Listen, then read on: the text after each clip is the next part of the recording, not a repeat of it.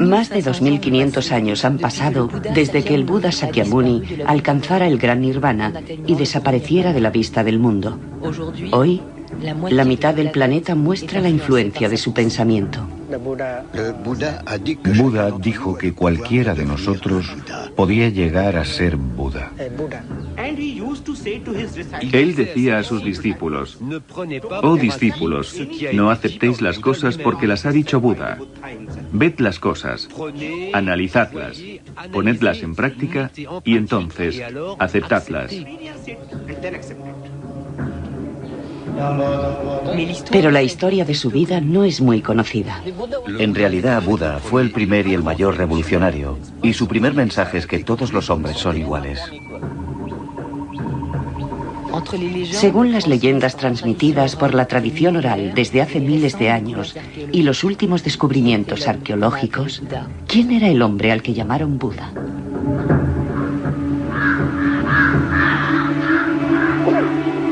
La vida de Buda.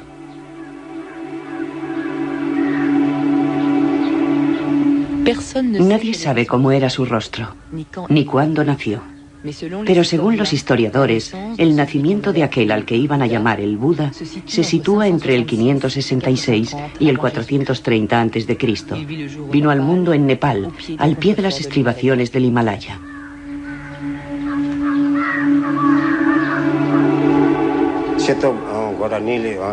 Diez meses antes de que naciera su hijo, la reina Maya Devi tuvo un extraño sueño.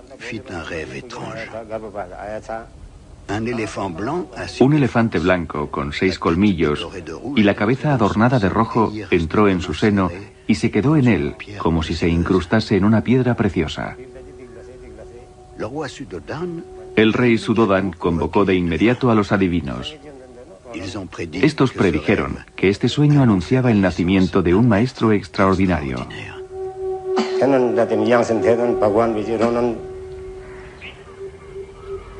Según la tradición de su tribu, la tribu de los Sakya, la reina tenía que dar a luz a su primogénito en la casa de sus padres.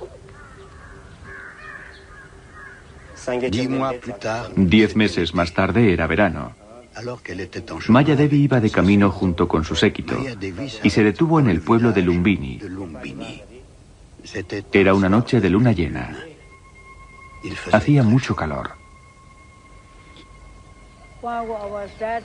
Cuando llegó aquí, vio un inmenso árbol de hermosas hojas. Decidió reposar. Y como hacía mucho calor, se fue a bañar a un estanque cercano.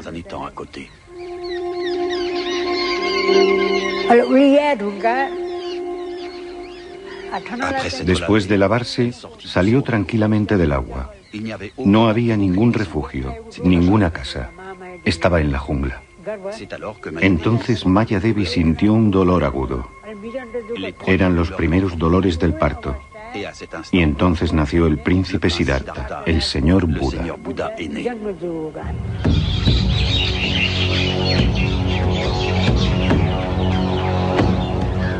Conocemos Lumbini, el lugar en el que nació Buda, gracias al emperador Ashoka, el primer soberano budista del subcontinente indio, que vivió en el siglo III a.C. Mandó erigir decenas de columnas para autentificar las huellas de Buda. En esta columna de Lumbini se encuentran los restos más antiguos de la escritura monumental de esta zona. Agana agacha mahi ite hida buddha jate sakyamuniti. Esta inscripción cuenta que en el 20º aniversario de su coronación, el emperador Ashoka en persona visitó este lugar porque el Buda Sakyamuni había nacido aquí.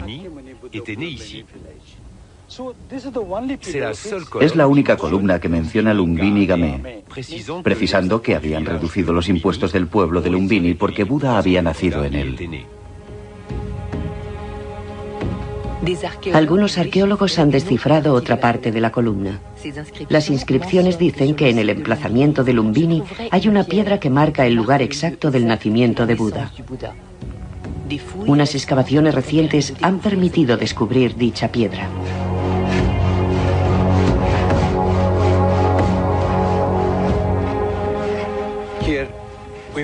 En el transcurso de nuestras excavaciones descubrimos una piedra. Y dicha piedra precisa el lugar exacto en donde nació Buda. La piedra está colocada encima de una plataforma de 7 capas de ladrillos. Y lo más interesante es que un peregrino chino vio esta piedra en el siglo III después de Cristo. Él dijo que una piedra indicaba el lugar exacto del nacimiento de Buda. Por aquel entonces la gente ya hacía ofrendas de flores y dulces en este lugar.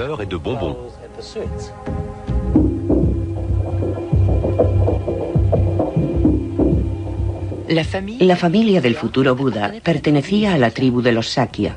En el valle de Katmandú, en el Nepal, todavía podemos encontrar una tribu budista que se llama los Sakya. Desde hace miles de años, la tradición oral ha transmitido la historia de Siddhartha de generación en generación. Hablan de su vida, pero hablan sobre todo del mito.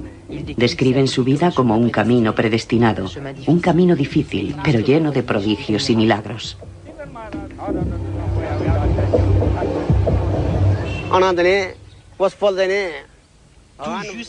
Justo después del nacimiento de Siddhartha ocurrió algo increíble. El recién nacido empezó a andar. Dio 7 pasos. Y cada vez que ponía el pie en el suelo, aparecía una flor de loto. Anduvo de flor en flor. Las flores aparecían espontáneamente. 7 flores de loto.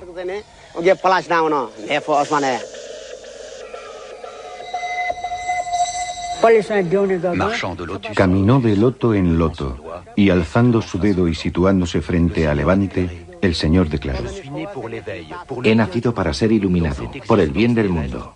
En la existencia terrestre, esta será mi última vida.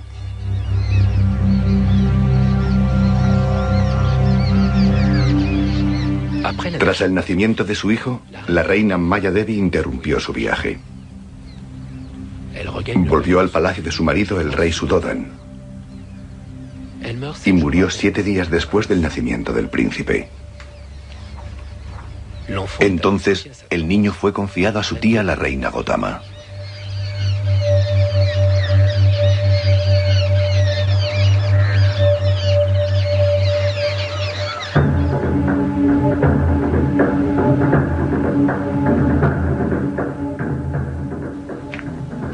En tiempos del futuro Buda, el subcontinente indio era un campo de batalla.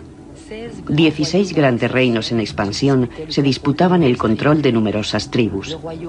El reino del padre de Siddhartha se llamaba Kapilavastu. Estaba situado al pie de las primeras estribaciones del Himalaya, en la actual frontera entre la India y el Nepal. No era un reino muy importante, por lo que solo aparece mencionado en los textos búdicos, unos textos que cuentan la vida de Buda y que se escribieron 2 o 3 siglos después de su muerte.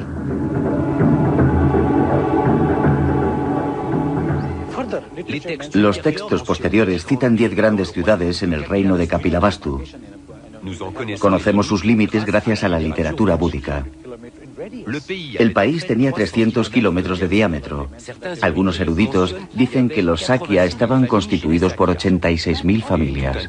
Y todo indicaba que la capital se encontraba a orillas del río Bhagirathi. Este río se utilizaba como medio de transporte, para el riego, agua potable y para la caza.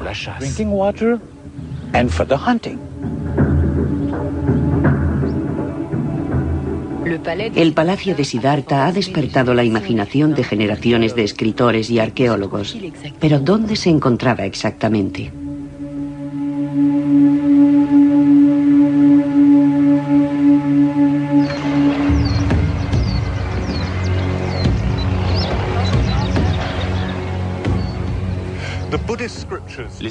Las escrituras búdicas precisan que la ciudad de Kapilavastu está situada a orillas del río Bhagirathi.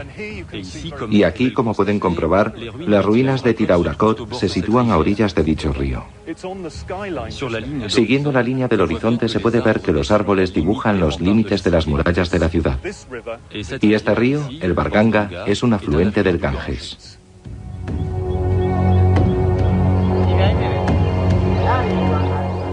En el siglo V después de Cristo, un peregrino chino, Wen Zheng, buscaba las huellas de la vida de Buda y encontró en Tiraurakot las ruinas de una ciudad fortificada, a la que identificó como la ciudad mítica de Kapilavastu. Detalló con precisión su situación geográfica, a 27 kilómetros de Lumbini, el lugar en el que nació Siddhartha. Las excavaciones arqueológicas bajo la égida de la UNESCO han permitido situar este lugar en el primer milenio antes de nuestra era. El arqueólogo Robin Cunningham ha dirigido recientemente dichas excavaciones.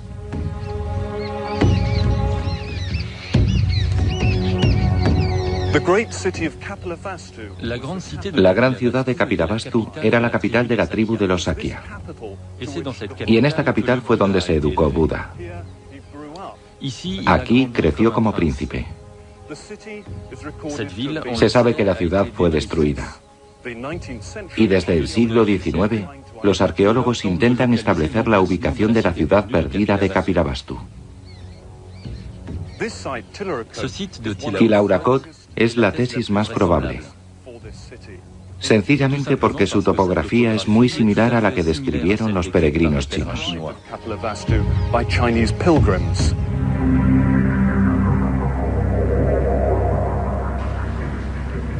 Los textos sagrados son la principal fuente para precisar la historia de Buda. Estas escrituras narran cómo de regreso al palacio de su padre en Kapilavastu, el niño fue bautizado como Siddhartha Gautama.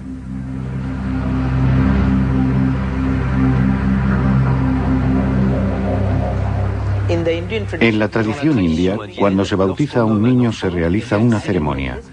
Como este niño tenía un horóscopo magnífico, le dieron el nombre de Siddhartha, que significa aquel que se realiza en la verdad.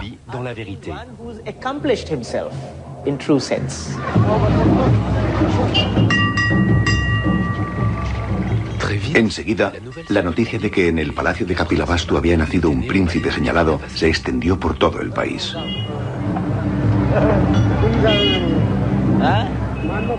Como manda la tradición, un adivino acudió a rendir culto al niño.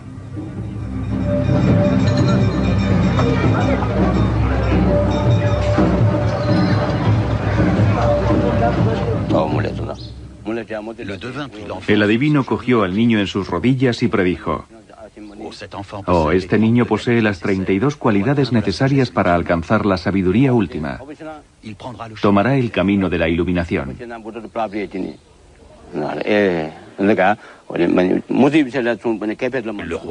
Al rey le tranquilizó saber que su hijo tendría una larga vida, pero pensó: es mi único hijo.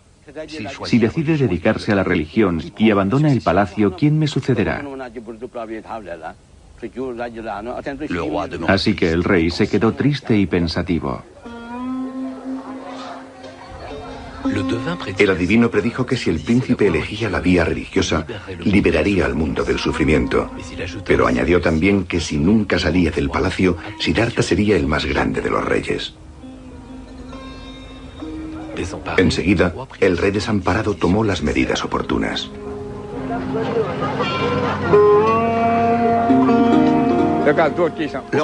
El rey mandó agrandar los muros para que su hijo no pudiera salir del palacio. Mandó obras y comprobó que nadie pudiera pasar por encima de los muros. Uno lo consiguió, y después otro. Así que al final el rey mandó construir una muralla inmensa e inexpugnable. Una de las puertas necesitaba la fuerza de 16 hombres para abrirse.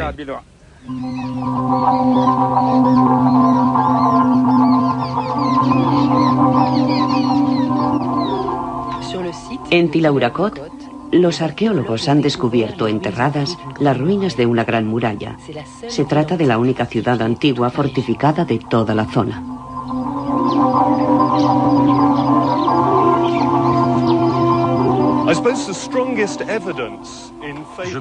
Pienso que la mejor prueba de que Tilaurakot es la ciudad de Kapilavastu son los restos de imponentes fortificaciones sobre los que me encuentro. Sabemos que en el siglo V después de Cristo los peregrinos chinos encontraron aquí una ciudad importante, una ciudad fortificada. La mayoría de las ruinas que hemos encontrado aquí se acercan mucho a esta descripción. Hay restos de una gran muralla fortificada de unos 8 metros de ancho, y es una fortificación antigua.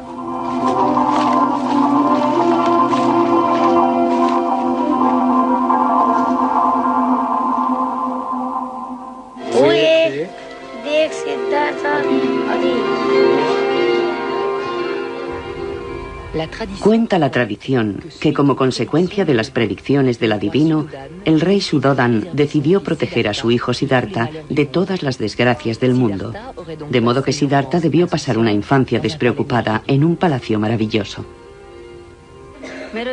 Supongo que el palacio de Siddhartha era inmenso, muy hermoso, que había muchos elefantes y caballos.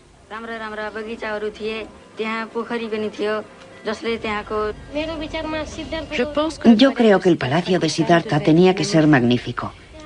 Los templos del palacio debían ser impresionantes.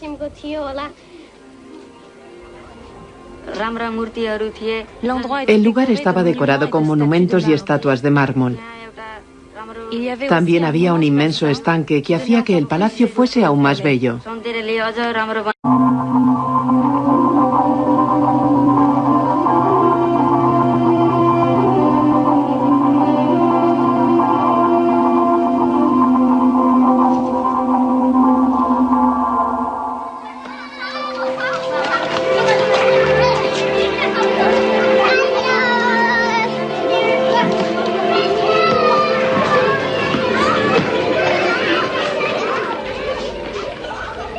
La existencia de la escritura en esta zona del mundo en aquella época no está probada. Sin embargo, muchos relatos cuentan que el joven Siddhartha sabía leer y escribir.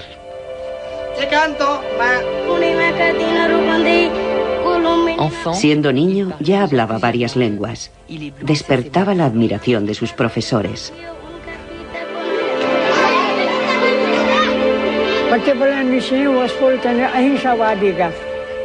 Desde su más tierna infancia, el señor era muy vivo e inteligente. Era un niño tranquilo que rechazaba los enfrentamientos y las peleas. Era todo amor, amabilidad y compasión, unas cualidades que mostró desde muy temprano. Creía en la tolerancia.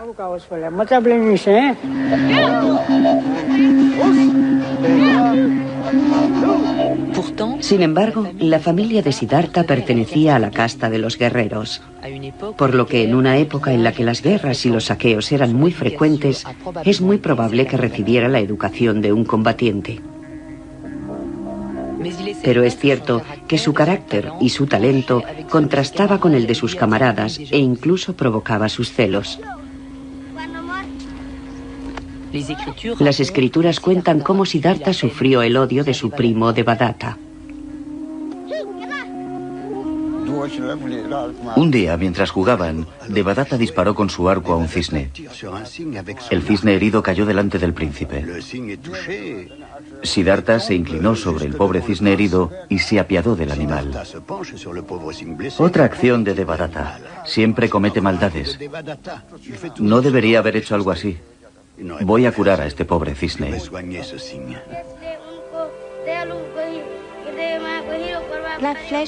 La flecha hizo caer al cisne. Siddhartha se precipitó sobre él.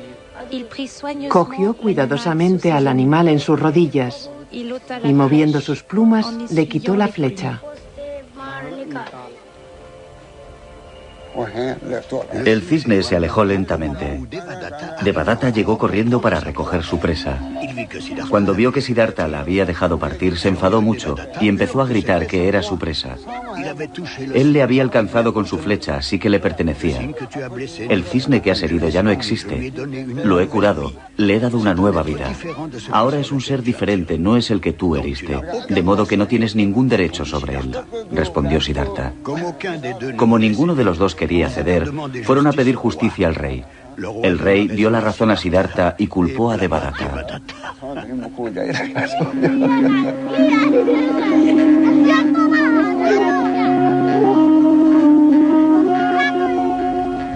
En este cuento simbólico del cisne se encuentra el germen del concepto de la no violencia.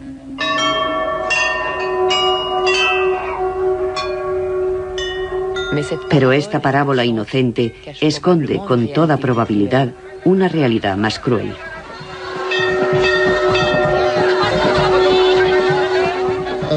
Cabe pensar que Siddhartha pudo haber sido testigo en su época de muchos sacrificios rituales cuya práctica era corriente.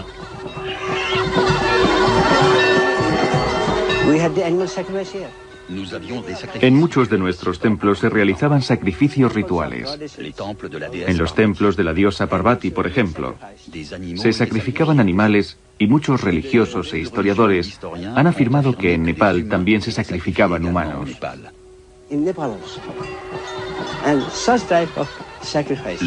El señor Buda debió pensar que este tipo de sacrificios eran muy crueles.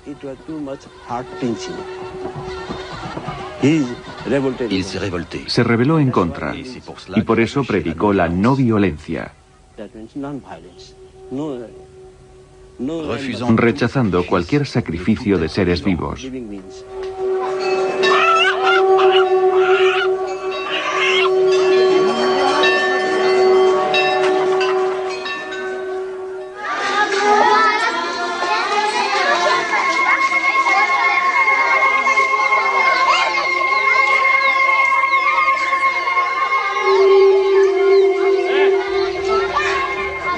Cuando Siddhartha alcanzó los 16 años de edad, su padre pensó que había llegado el momento de casarlo.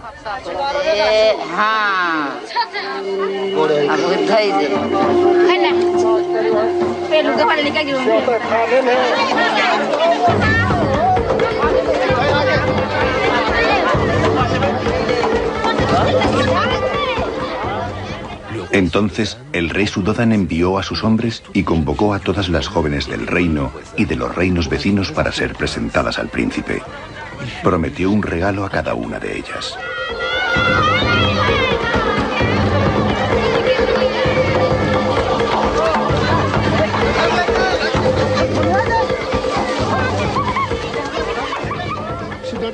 El rey mandó construir 3 palacios. Los palacios se llenaron de muchachas, entre las que el joven príncipe tendría que elegir a su esposa.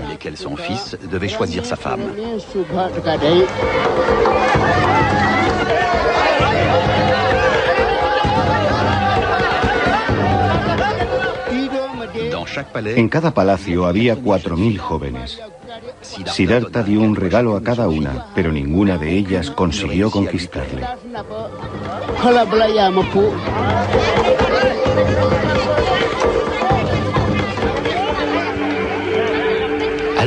Cuando terminó la ceremonia de los regalos, Siddhartha se fijó en una joven muy bella de nombre Yasodhara, que decían que era guardiana de vacas, un título que por aquel entonces constituía un gran honor.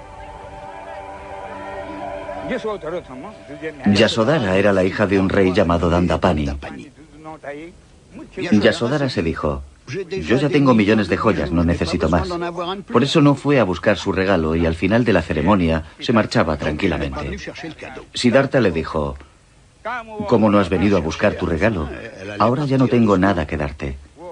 Pero tengo mi collar de diamantes que tiene un valor incalculable. Te lo doy. Y se lo puso alrededor del cuello. Todos los que estaban presentes en el palacio exclamaron: decías que no te gustaban las chicas y le das tu collar de diamantes de incalculable valor. Eso significa que quieres casarte con ella. La quieres, por eso le has dado tu collar. Tú decías: no me gusta, no quiero casarme.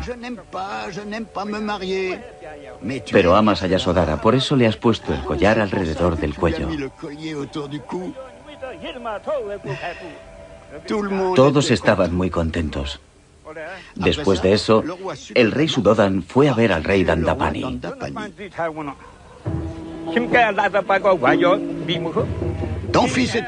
Tu hijo es un inútil.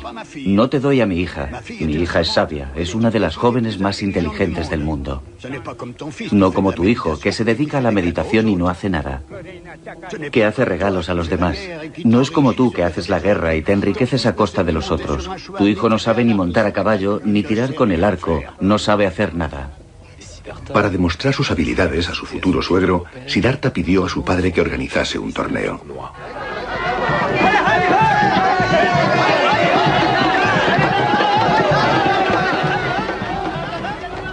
El rey convocó a los mejores arqueros, a los mejores caballeros y a los sabios más grandes para que pusieran a prueba a Siddhartha.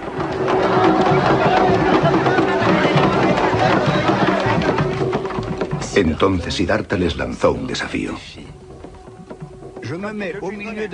Yo me coloco en medio de vosotros 4, que sois los mejores arqueros.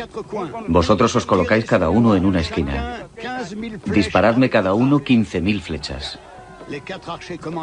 Los 4 arqueros empezaron a lanzar flechas desde las 4 esquinas. Ninguna de las 60.000 flechas consiguió alcanzarle. Ni un rasguño. Ya no nos quedan flechas. Nadie ha conseguido darle. Ninguno de los 4 mejores arqueros consiguió alcanzarle. Hubo muchas más pruebas, pero Siddhartha superó todas con facilidad. ¡Oh, qué sorpresa! Toda la asamblea estaba impresionada. Ha ganado todas las pruebas. Entonces el rey Dandapani fue hacia Siddhartha y le dijo: mi príncipe, perdóname, te he maltratado. Me inclino ante ti porque has vencido a todos. Te concedo a mi hija.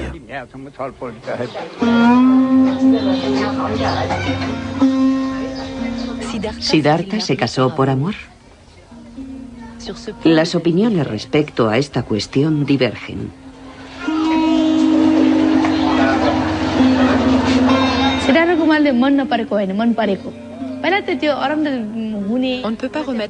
No podemos cuestionarnos el amor que sentía Siddhartha por su futura esposa.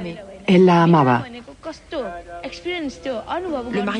El matrimonio es una experiencia. Se casó porque consideraba que dicha experiencia era necesaria y lo hizo por amor.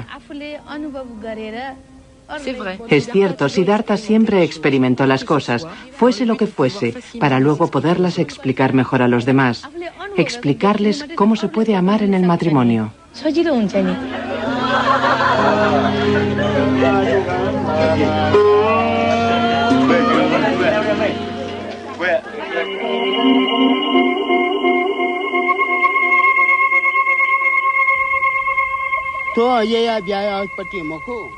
No fue un matrimonio por amor.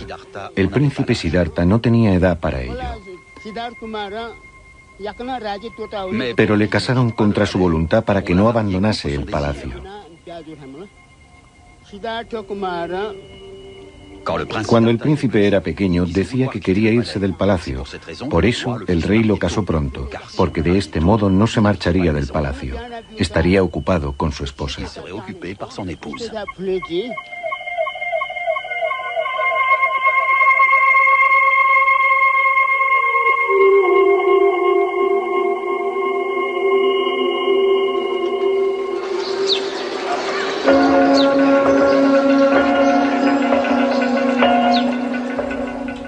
Así pasaron 13 años y Siddhartha cumplió los 29.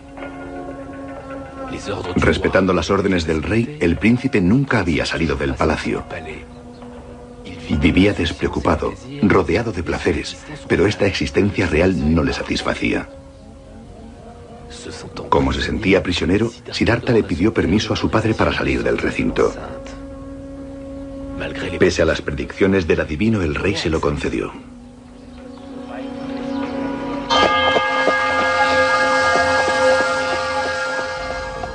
Junto con su fiel servidor, Sandaka, salió del palacio por primera vez.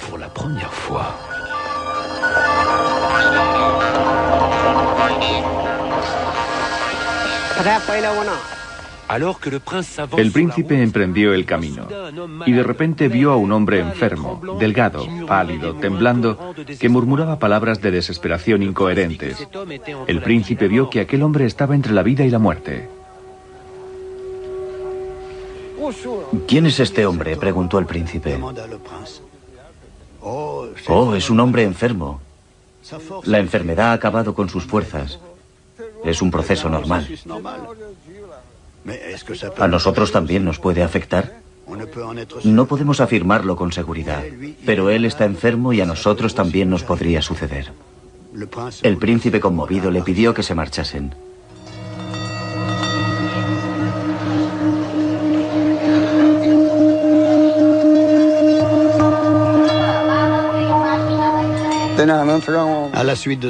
Después Siddhartha encontró a un anciano. Casi no tenía dientes. Se tambaleaba y se aferraba a su bastón.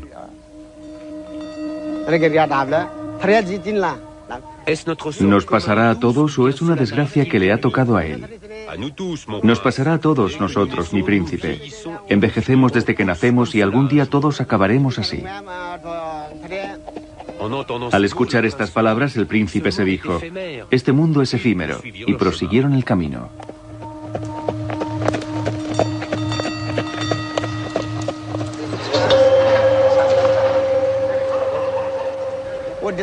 Más lejos, en el camino, vieron una procesión. Siddhartha se acercó para verla mejor. Llevaban a un hombre cubierto de flores amarillas. La gente que iba detrás lloraba. ¿Qué ha pasado? ¿Por qué lo llevan así?, preguntó el príncipe. Está muerto. Ha perdido los sentidos y las cualidades de la vida. Ahora lo llevan al funeral.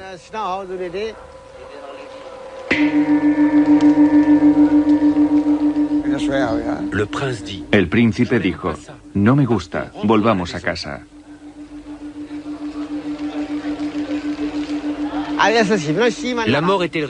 ¿La muerte le estaba reservada a este hombre o todos estamos sujetos a esta fatalidad?, preguntó el príncipe. Todos moriremos, no hay otra alternativa. La destrucción es inevitable desde el nacimiento, seas quien seas.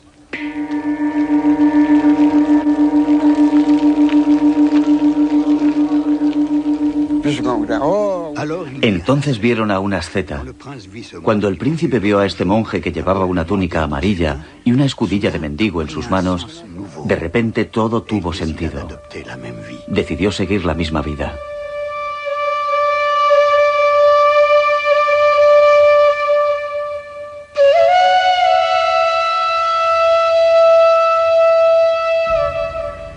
La totalidad de los textos búdicos cuentan que estas 4 visiones turbaron a Siddhartha. Tomó conciencia de la inmensidad del sufrimiento humano y de la futilidad de la existencia real. A partir de ese momento, no cesará en buscar una solución al dolor de la condición humana.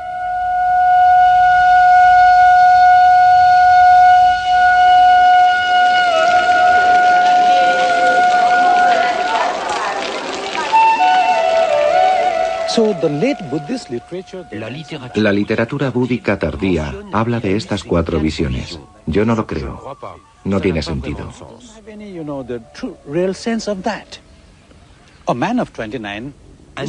Un hombre de 29 años debería saber que envejecemos, que te puedes poner enfermo y que morimos. Mi idea personal es que, teniendo en cuenta el contexto económico y social, las tradiciones de esta época, el sistema político que era el feudalismo, las incesantes guerras entre clanes, entre reinos, ataques, saqueos, represalias. Pues bien, Siddhartha vio todo esto. Siddhartha ha vu cela. ¿Por qué hacen esto? ¿Por qué se matan por cosas materiales? Y si nos atenemos al contexto religioso, se realizaban sacrificios. De modo que son estas condiciones, sociales, económicas, políticas y religiosas, las que le provocaron el deseo de salir en busca de la verdad.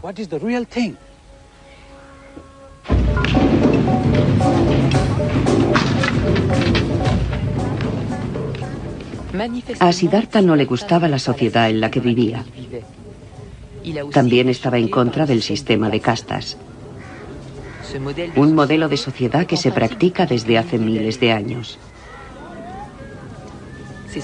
Un sistema que hace que un sin casta, un paria, no pueda tener el mínimo contacto físico con un miembro de una casta superior.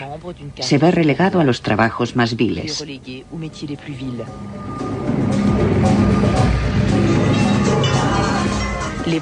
Los brahmanes, la casta superior de este sistema, son sacerdotes y astrólogos oficiales.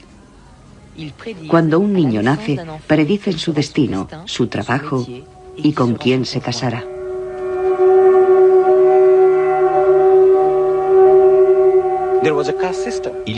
Había un sistema de castas. Una de ellas era la de los brahmanes.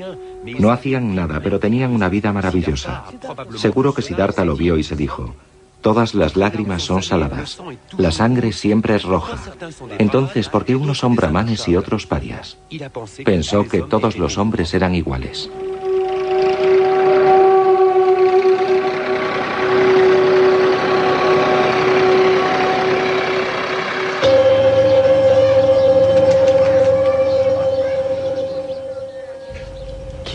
Abandonar definitivamente el palacio se convirtió en una obsesión para Siddhartha. Sin embargo, quería obtener el consentimiento de su padre.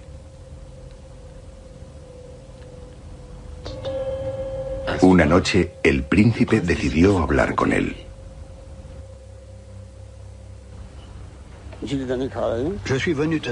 He venido a pedirte 4 cosas. De acuerdo. ¿Qué quieres? ¿Puedes garantizarme que nunca estaré enfermo? ¿Que nunca envejeceré? ¿Que nunca moriré? ¿Que estaré libre del deseo, de la avaricia, del odio, de la violencia? ¿Puedes garantizármelo? Pero el rey Suddhoda no sabía qué responder. Tartamudeando dijo: pero esas cosas ni siquiera los dioses pueden concederlas. No puedo darte lo que no poseo. Toma este reino, todas mis riquezas, todos los palacios, todas las casas, pero esas 4 cosas no te las puedo dar. En ese caso, déjame marchar en busca de las respuestas, dijo el príncipe. Solo tú sabes lo que es bueno para ti, dijo el rey desamparado. Después de este encuentro, el príncipe se dijo: ahora ya tengo el permiso de mi padre.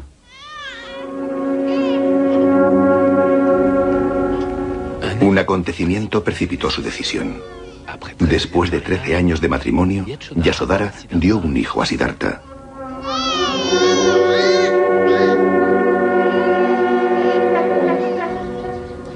Nació durante un eclipse de luna. Curiosamente, le llamaron Rahul, nombre que significa traba o obstáculo. En el palacio hubo grandes celebraciones para festejar el nacimiento.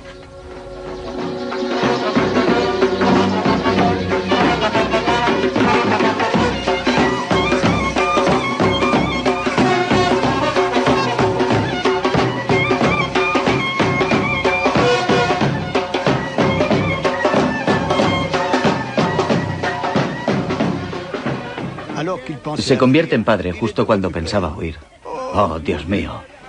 Como se llama Rahu, mi hijo tiene el poder de paralizar el sol y la luna.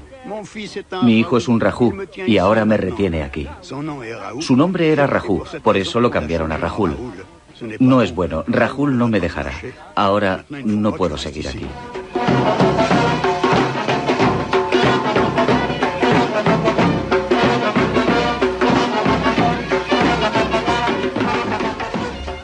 Una noche de luna llena del mes de julio, a medianoche, cuando la fiesta de palacio terminó, Siddhartha decidió marcharse.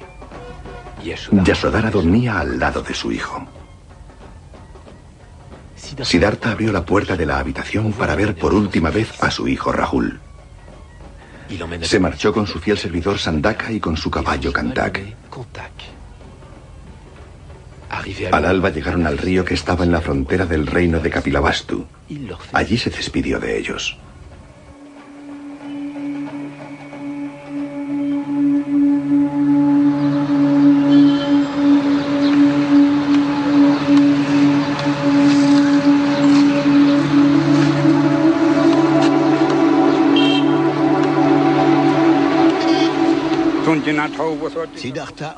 Siddhartha se quitó la ropa y las joyas y se las dio a su servidor. Le dijo: toma, dale todo esto a mi familia.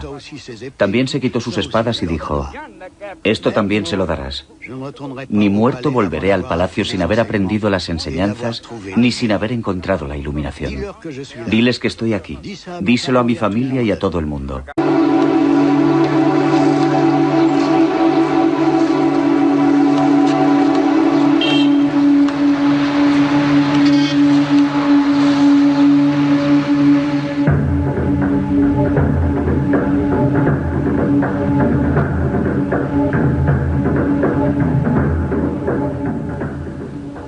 Después de abandonar el palacio de su padre, Siddhartha descendió el valle del Ganges.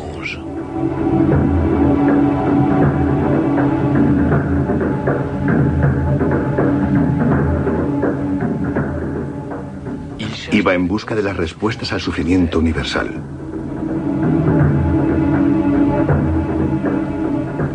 Quería descubrir un remedio para el dolor del nacimiento, para el malestar, para la enfermedad, para la vejez y para la muerte.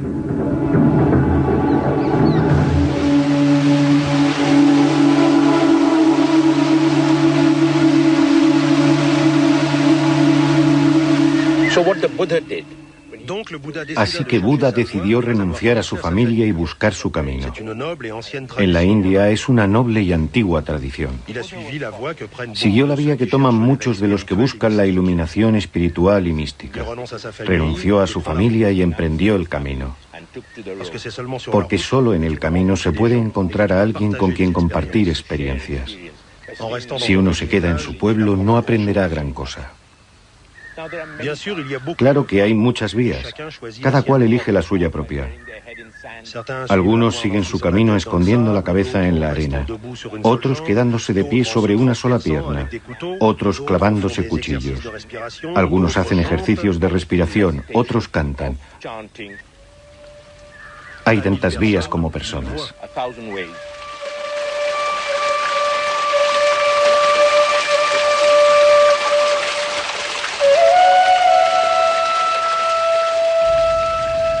Siddhartha fue en busca de un maestro religioso, un gurú, para ayudarle en su conquista espiritual.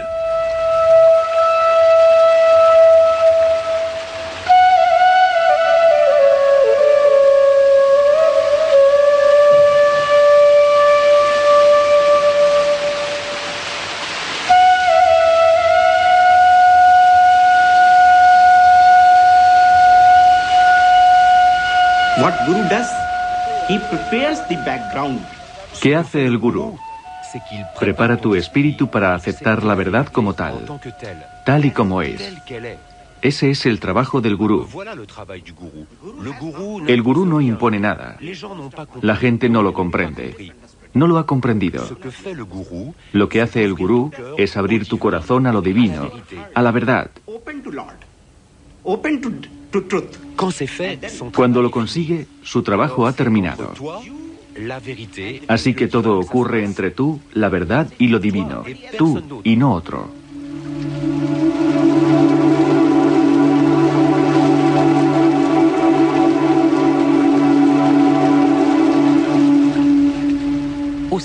En el siglo V a.C., en este rincón del mundo, se desarrollaban nuevas corrientes del pensamiento en reacción al orden religioso brahmánico dominante.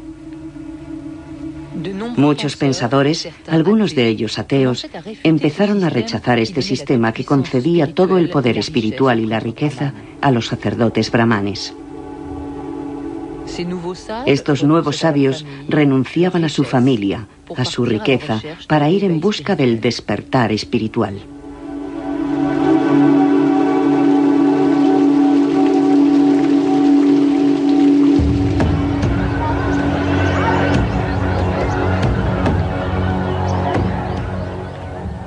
Después de dejar a su primer maestro, Siddhartha se dirigió más hacia el sur, a la ciudad fortificada de Rajir, la capital del poderoso reino de Magadha.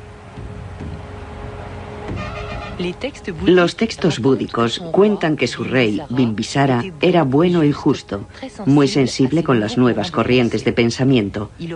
Ofrecía protección a todos los sabios que pasaban por su reino. Todavía hoy se pueden contemplar las ruinas de los 48 kilómetros de fortificaciones que rodeaban la ciudad.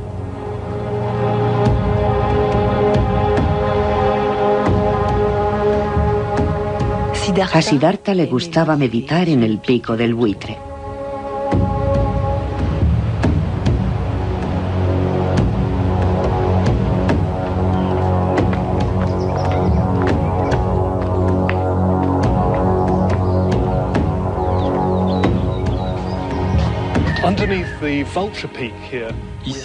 Aquí, encima del pico del buitre, se encuentra una de las numerosas grutas de los alrededores de la ciudad de Rajir. Buda y otros sabios se sentían atraídos por estas grutas, en donde se sentían protegidos de la riqueza y del prestigio de la ciudad. pero al mismo tiempo estaban lo suficientemente cerca para poder recibir comida y donaciones. Y estas grutas todavía hoy desempeñan un importante papel para los peregrinos. Ustedes mismos pueden ver las hojas de oro que pegan los peregrinos del sureste de Asia. Para ellos estos lugares son muy importantes porque piensan que Buda vivió aquí realmente.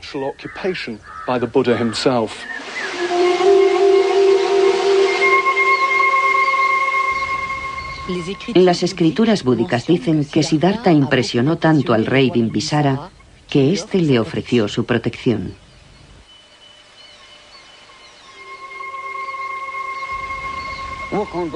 Por aquel entonces, Siddhartha erraba como una asceta por el reino del rey Bimbisara. Buda era un hombre muy bello.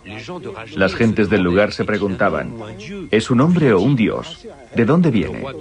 El rey Bimbisara oyó hablar de él y convocó a Siddhartha al palacio.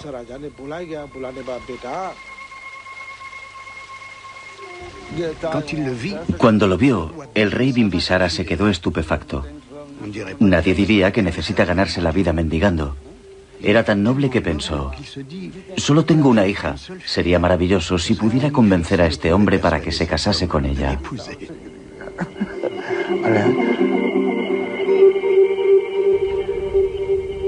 El rey Bimbisara le ofreció la mitad de su reino. Siddhartha respondió, ¿por qué iba a aceptar ahora un reino si ya he renunciado al de mi padre?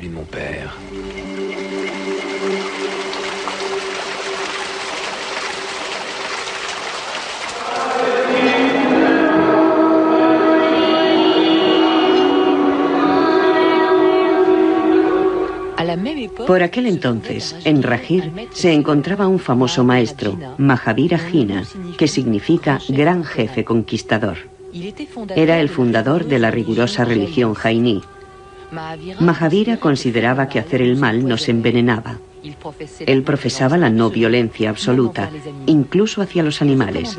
Hasta llegó a recomendar a sus discípulos que se colocasen mascarillas para no tragar insectos.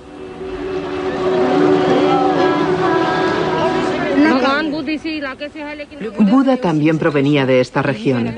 Vivieron en la misma época, pero existe una diferencia en sus teorías. La enseñanza de Buda no es fuerte, mientras que la enseñanza del maestro Mahavira, el jainismo, es fuerte. Nosotros aplicamos estrictamente los principios de Mahavira, como la no violencia, la verdad, el celibato. Y para poder seguir sus principios caminamos y mendigamos nuestra comida para sobrevivir. Rezamos por la mejora de la raza humana. Aunque los dos vivían en Rajir, en la misma época, no se puede afirmar que el futuro Buda se encontrase con Mahavira. Aunque algunos historiadores jainís piensan que Mahavira influyó en el joven Siddhartha durante su periodo ascético.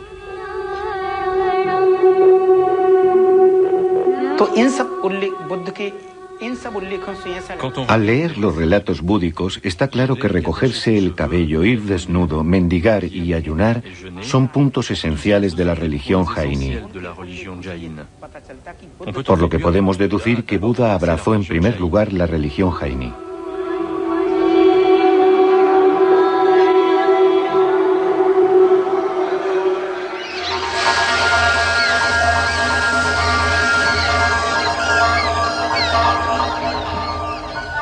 Sea como fuere, las escrituras precisan que en total estudió con 6 maestros espirituales diferentes. Ninguna de sus doctrinas respondía a las cuestiones que él se planteaba.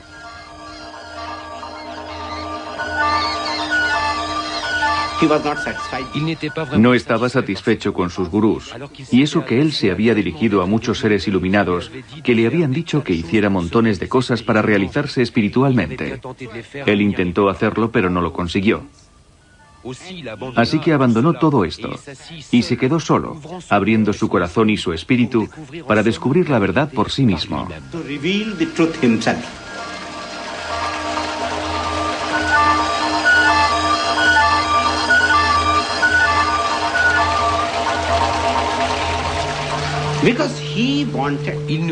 Porque él quería que ninguna verdad le fuera impuesta como tal. La verdad tiene que imponerse por sí misma. Así que lo abandonó todo. Tenía sed de lo divino, de ver la verdad o de ver la luz. Entonces se marchó a buscar el saber a Gaia.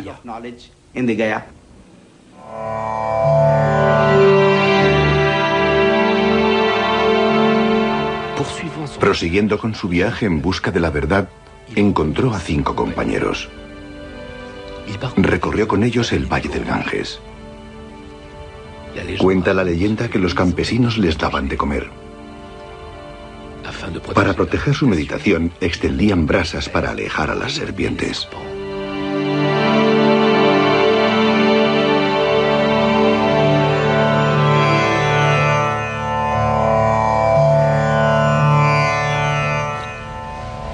Llegaron a los alrededores de la ciudad de Gaya, un lugar de peregrinaje hindú dedicado al dios Vishnu, al que todo buen asceta debe visitar una vez en la vida. En la religión hindú, Gaya es uno de los lugares esenciales para mejorar el karma, es decir, el ciclo de las sucesivas reencarnaciones. En la literatura búdica no se hace ninguna referencia a este peregrinaje, pero sería de extrañar que Siddhartha no lo hubiera efectuado.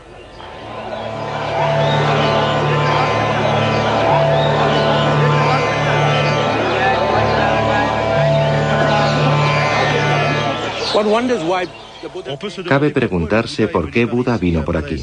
Después de 6 años de mendicidad y de ascesis, quizás vino a Gaya para renunciar a su familia definitivamente, cumpliendo con el ritual que millones de hindúes siguen desde la noche de los tiempos. Los ritos que se realizan aquí permiten absolver a los antepasados de su karma. Si te ocupas de tus antepasados, suben allá arriba, al paraíso. Entonces puedes avanzar porque ya no formas parte del ciclo de la vida y de la muerte.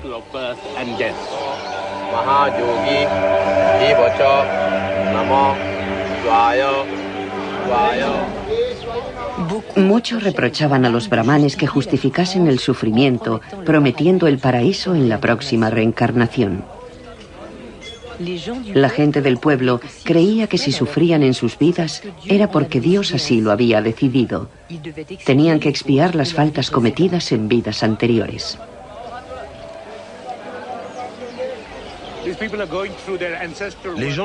Aquí las gentes veneran a sus antepasados. Santifican el karma residual de sus antepasados para que no renazcan bajo la forma de gatos, de perros o de pájaros.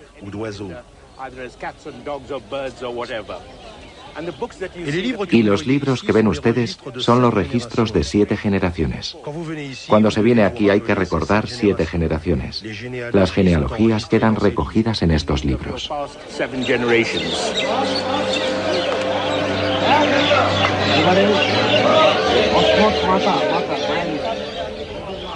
En la época de Siddhartha, los brahmanes ya controlaban el peregrinaje.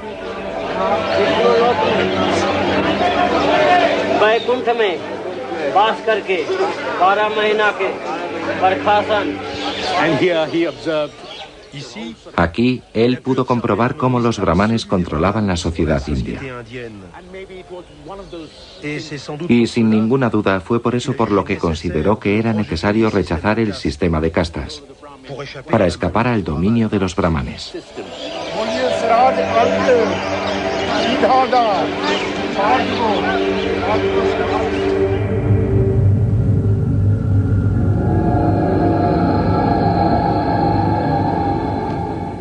Las escrituras búdicas precisan que fue en esta época cuando abandonó todas las religiones tradicionales.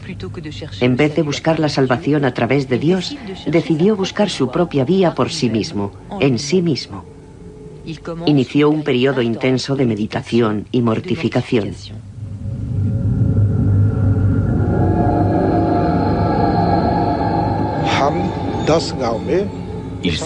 Se dijo a sí mismo que iría a mendigar a 10 pueblos, luego a 5 pueblos, después a 2 y más tarde a un solo pueblo. Redujo el número de familias que le proporcionarían comida Después decidió visitar solo una casa. Cuando tenía comida, comía, y cuando no, ayunaba. Después dejó de aceptar todo alimento, y entonces cuando una hoja caía de un árbol se la comía. Cuando llovía, bebía agua de lluvia.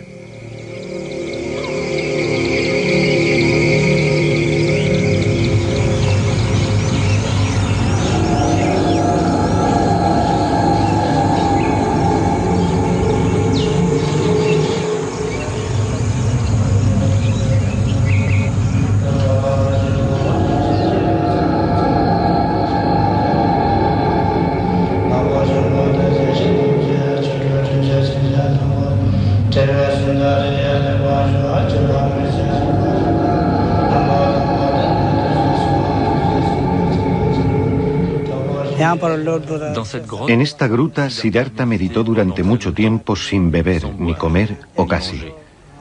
Cada día bebía un vaso de agua y comía un pedazo de pan y un grano de arroz.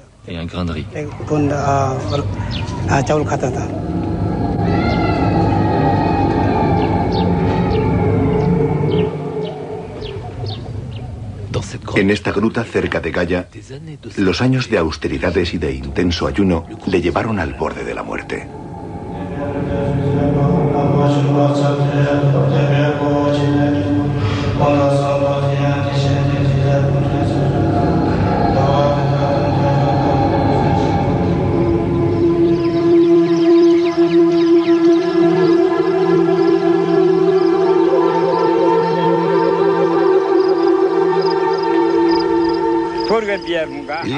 Había una joven que se llamaba Sujata. Poseía un toro y miles de vacas a las que tenía que ordeñar todos los días. Las llevaba a la pradera a pastar. Sujata procedía de una familia muy rica. Su futura boda planteaba muchos problemas a su familia. Llegó ante Siddhartha y viéndole esquelético, juntó las dos manos y se puso a rezar. Mi señor, te pido perdón. Sin comer vas a morir. Estás tan delgado, es necesario comer. Ella le pidió que rezase para que pudiera encontrar un hombre bello y casarse con él. Si lo encontraba pronto, le traería un pastel de arroz en un plato de oro.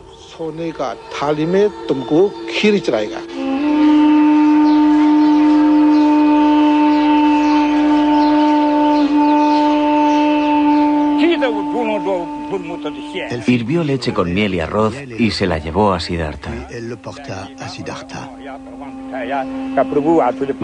Mi señor, come esto. Y él lo comió. Cuando terminó de comer, ella le dijo: mi señor, es necesario comer todos los días.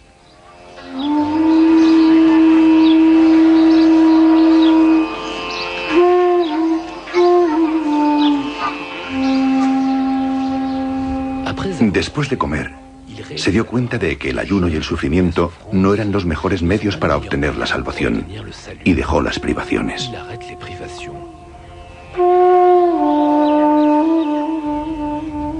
Sus 5 compañeros, pensando que había renunciado a su búsqueda espiritual, le abandonaron con desprecio, sin comprender a dónde quería ir a parar Siddhartha. Un grupo de campesinos pasaba por allí tocando sus instrumentos musicales. El que mandaba dijo a sus amigos que no apretasen mucho la cuerda del instrumento.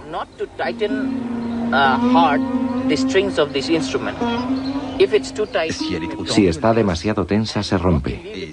Y si está demasiado suelta, la música no es buena. Y Siddhartha tomó aquello como una enseñanza importante, la enseñanza de la vía del medio.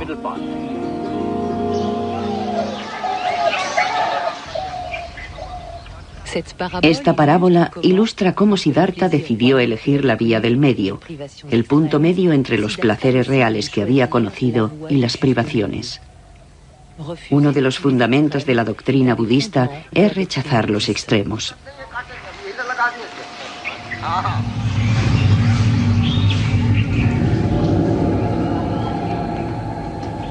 El camino de Siddhartha le llevó a 5 kilómetros de Gaya. Allí se sentó bajo un árbol durante semanas para meditar. Utilizó la técnica de meditación que consiste en concentrarse únicamente en la respiración. Buscaba así la solución última al malestar, a lo que hace al hombre desdichado, a cualquier tipo de sufrimiento como el nacimiento, el alejamiento de los seres queridos, la frustración, la enfermedad, la vejez, la muerte.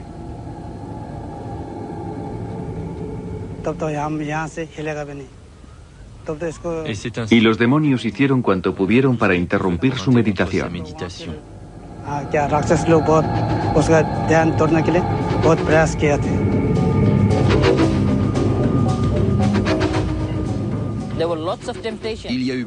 Tuvo muchas tentaciones. En los libros se las atribuyen a un demonio llamado Mara. Las tentaciones de Mara y de sus hijas. Mara intentó tentarle de múltiples formas, mostrándole visiones de jóvenes hermosas y todos los placeres de la vida. Pero Buda venció a las tentaciones, dándose cuenta de la futilidad de la lujuria.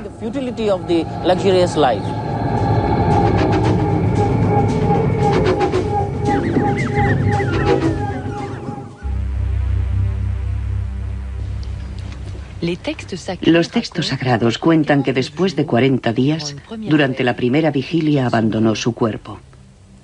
Redescubrió sus vidas anteriores. 1 vida, 2 vidas, 100 vidas, 1000 vidas. Durante la segunda vigilia, comprendió el ciclo de la existencia, la ley de la causa y el efecto, el movimiento del karma. La tercera vigilia destruyó en él los 4 pecados del espíritu: el deseo sensual, el apego material, los falsos conceptos y la ignorancia. Una noche de luna llena, a los 35 años de edad, alcanzó el despertar, la iluminación, el conocimiento supremo, el nirvana. Encontró la solución sentado bajo el árbol Bodhi. Allí se liberó totalmente del sufrimiento.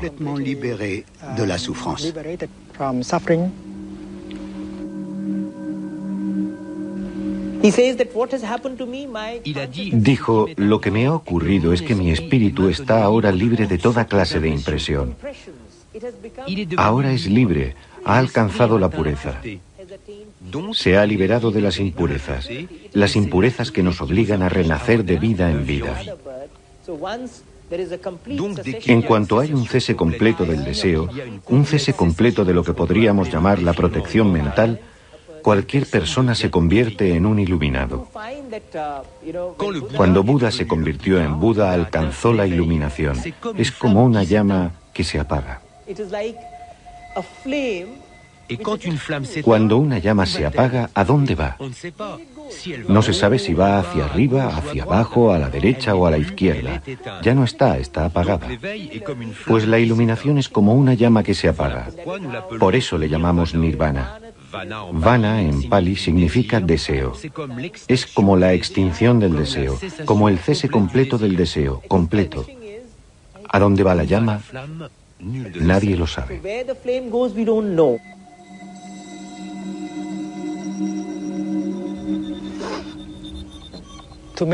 Con la meditación profunda, se descubre que hasta las ideas como ser o no ser, el nacimiento y la muerte, venir o marchar, son falsas ideas.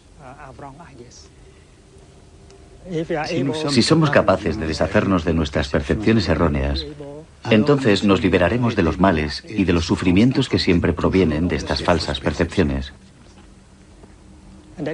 Por eso, conceptos como nacer, morir, venir, partir, ser o no ser, deberían borrarse por medio de la práctica profunda de la meditación.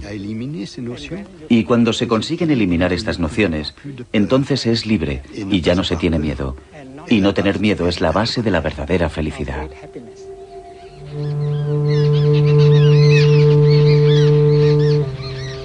Cuando Siddhartha Gautama por fin alcanzó las respuestas al sufrimiento universal, se convirtió en Buda, que significa el iluminado, el que tiene el conocimiento.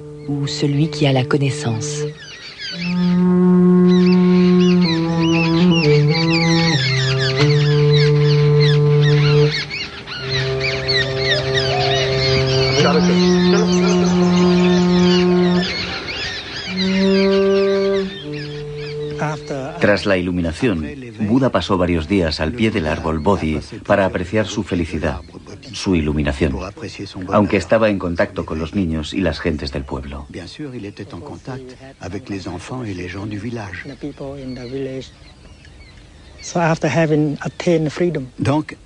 Después de conseguir la libertad y el bienestar, Buda quiso salir en busca de sus 5 compañeros para ayudarles a alcanzar lo que él ya había alcanzado.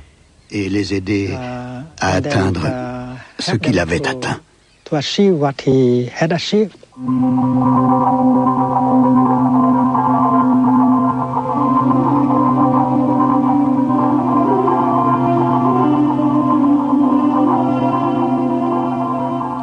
Tras la iluminación, Buda decidió compartir lo que había descubierto.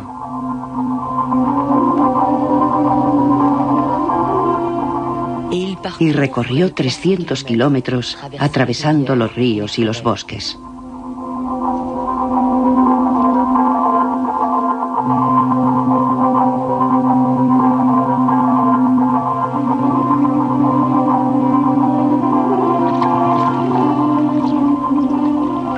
Llegó a la ciudad sagrada de Kashi, que hoy se llama Benares o Varanasi.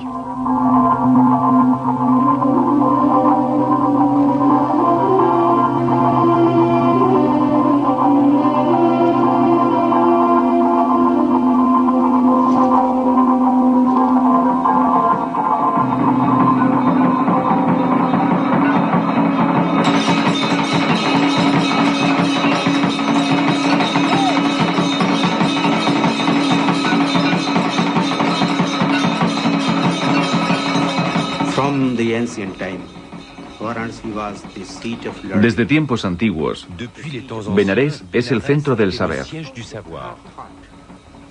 Por ello, Buda pensó, allí podría encontrar auténticos monjes, auténticos buscadores con sed de la verdad o de lo divino.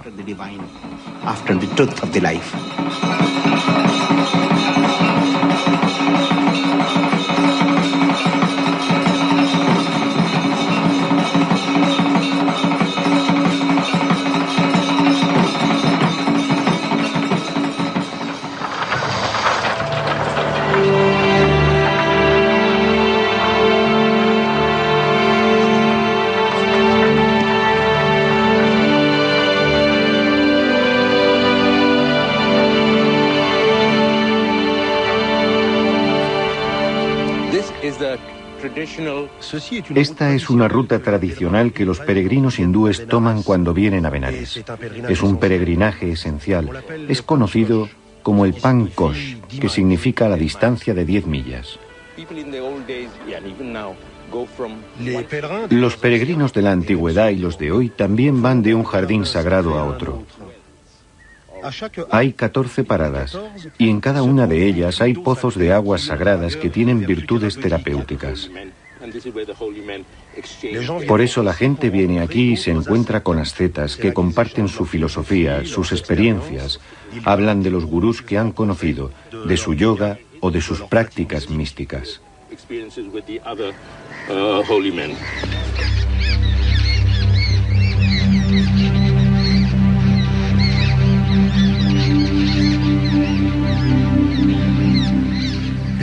Buda tomó el camino de los peregrinos en busca de sus compañeros.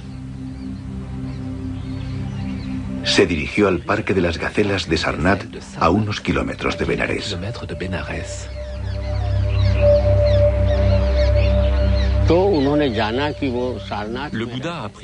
Buda se enteró de que sus compañeros vivían en Sarnath, en el Parque de las Gacelas. Allí había muchas gacelas y ermitas. Sarnath es el nombre moderno. Fue allí y cuando llegó sus antiguos compañeros pensaron, ha dejado la meditación, no puede saber nada. Así que no le preguntaron nada. Pero cuando Buda se acercaba a ellos empezaron a sentir su sabiduría. Les dijo, os tengo que hacer una revelación, me he convertido en Buda. Y aquella noche, Buda predicó su primer sermón. Enunció a sus compañeros las 4 verdades nobles que se convertirían en la base del budismo.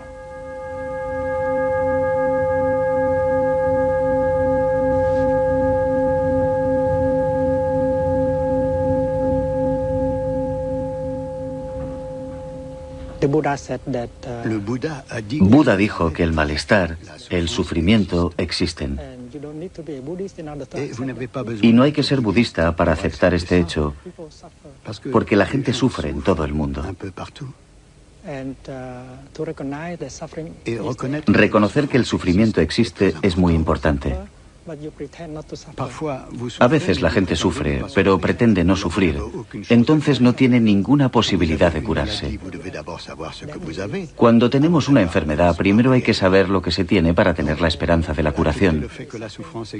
Por ello hay que aceptar que el sufrimiento existe en nuestras casas, en nuestras familias, en la iglesia, en la sociedad. Esa es la primera etapa.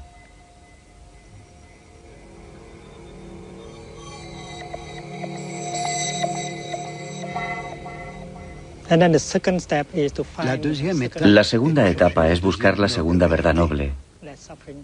¿De dónde viene el sufrimiento? La raíz del sufrimiento. Buda dijo que si huimos, si escapamos del sufrimiento, no tendremos ninguna posibilidad de comprender su origen. Hay que tener el valor de contemplar el sufrimiento de frente y con profundidad para comprender mejor la naturaleza y la causa del sufrimiento. Esa es la segunda verdad noble. Es como el doctor. El doctor reconoce que hay enfermedad y que tiene que identificar la causa profunda de la enfermedad. Es la segunda verdad noble.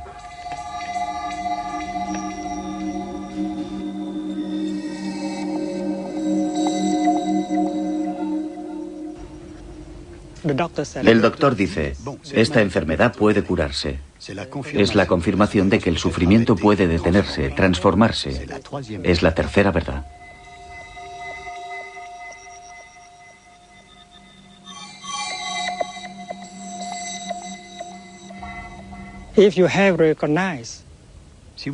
Cuando reconocemos la causa, la raíz del sufrimiento, entonces podremos ver qué tipo de práctica, qué camino debemos seguir para salir de la situación de sufrimiento. Es la cuarta verdad noble.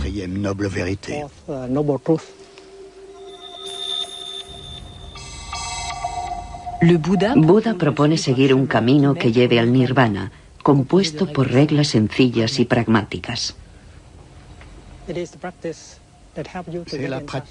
La práctica es la que nos permite entrar en contacto con las maravillas de la vida, la que nos conduce a la felicidad, al bienestar en nuestra situación. Porque el cese del sufrimiento significa el principio de la manifestación de felicidad. Tras el sermón de Sarnath, sus 5 compañeros quedaron maravillados y le pidieron a Buda que les aceptase como discípulos. Así es como surgió la primera comunidad monástica budista, la Sangha.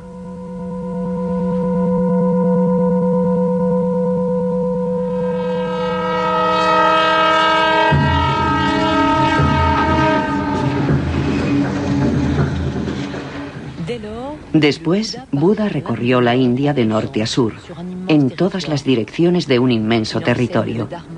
Enseña el Dharma, la ley de Buda, a todo el que esté dispuesto a escucharle, ya sea hombre o mujer, rey o campesino, brahmán o sin casta, rico o pobre, asceta o tunante. No hace ninguna distinción. Buda explica que con una práctica adecuada, cualquier ser humano puede alcanzar el nirvana.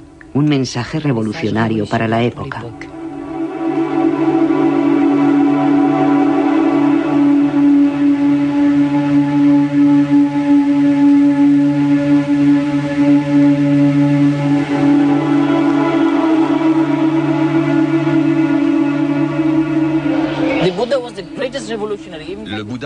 De hecho, Buda fue el primer revolucionario, y el primer mensaje de su iluminación es que todos los hombres nacen iguales.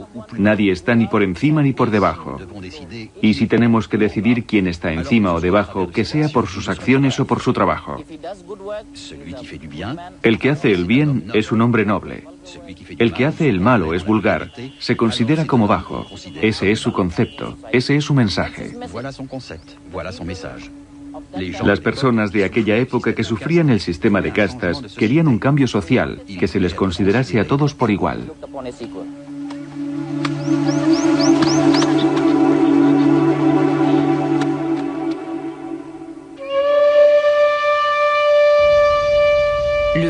Buda también enseñó conceptos tan complejos como la no permanencia, la vacuidad, el no ser, bajo forma de preceptos y de pequeños cuentos que todos pudiesen comprender.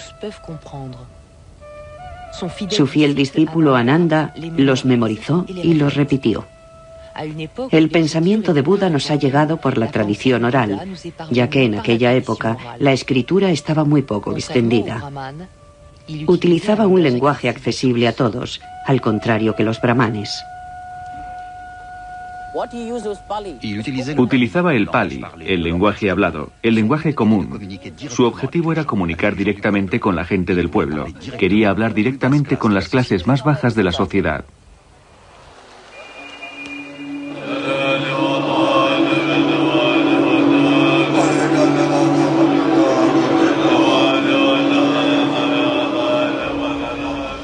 La comunidad de los monjes mendicantes, la Sangha, se desarrolló.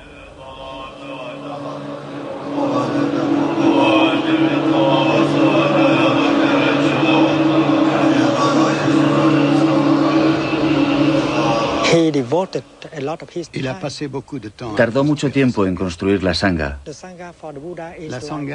Para Buda, la Sangha era lo que un instrumento es para un músico.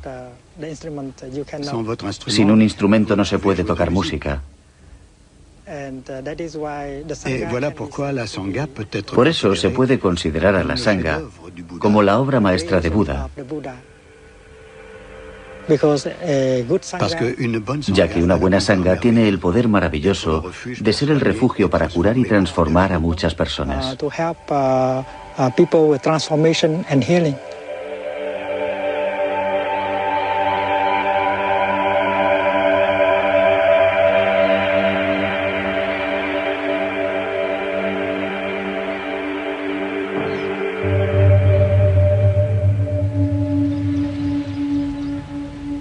Buda enseñó su doctrina, la ley del Dharma, durante más de 40 años. Su fama era inmensa. La comunidad monástica, la Sangha, se había implantado en todas las grandes ciudades del norte del país, en Kosambi, en Ravasti, pero también en Nalanda y en Vaishali.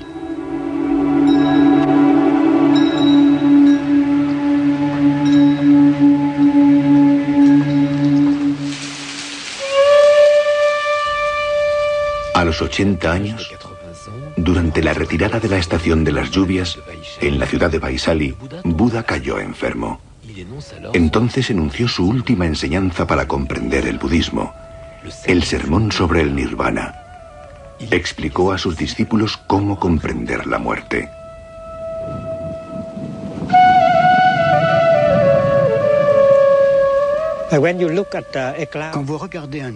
Cuando ven una nube, ustedes piensan, esa nube existe. Más tarde, cuando la nube se transforma en lluvia, ya no ven la nube y dicen, ya no está la nube. Y ustedes descubren la nube como inexistente. Pero si miran bien, pueden ver la nube en la lluvia. Y así es como una nube no puede morir. La nube se convierte en lluvia, nieve o hielo, pero la nube no se convierte en nada. Y de este modo la noción de muerte no puede aplicarse a la realidad. Se produce una transformación. Hay una continuación. No pueden decir que haya muerte, porque en su espíritu la muerte significa que de repente, a partir de algo, ustedes se convierten en nada. De repente, de alguien, ustedes se convierten en nadie. Y por eso la noción de muerte no se aplica a la realidad, ya sea en el caso de una nube o de una persona.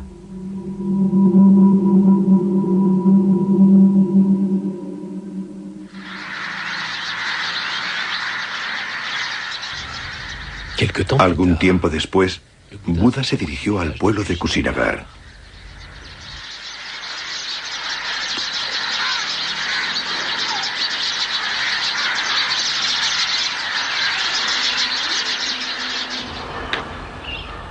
Aquella noche, Buda sufrió violentos dolores de tripa. Sintió que la muerte se aproximaba. Entonces convocó a su discípulo más cercano, Ananda, para dictarle sus últimas voluntades.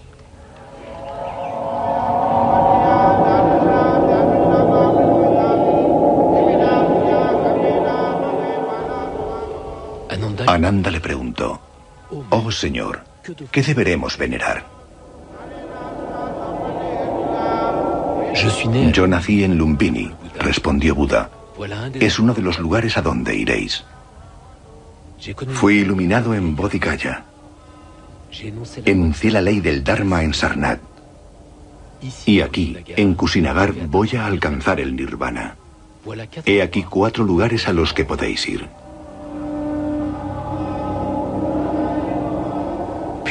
Y después dijo sus últimas palabras. La degradación y la muerte son inherentes a todos los seres, pero cada cual puede obtener el derecho a evadirse de ellas. No dejéis de luchar. Buda murió una noche de luna llena y alcanzó el Mahapara Nirvana.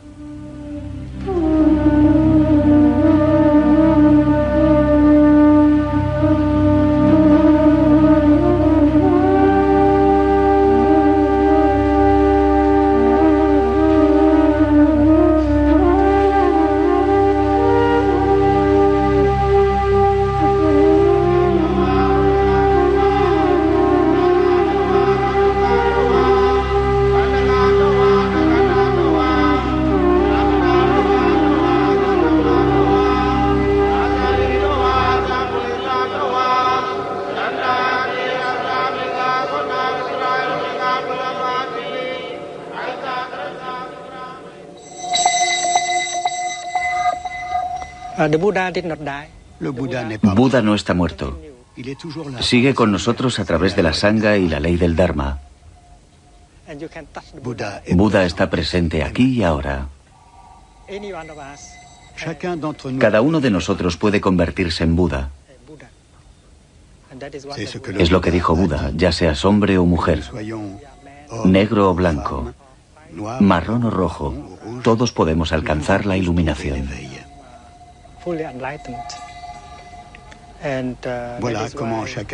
Así es como cada uno de nosotros puede ser la continuación de Buda. Cuando se sabe esto, ya no se tiene miedo. Y cuando ya no se tiene miedo, cuando se alcanza esa sabiduría, te haces sobrenatural. Ya no eres un mortal.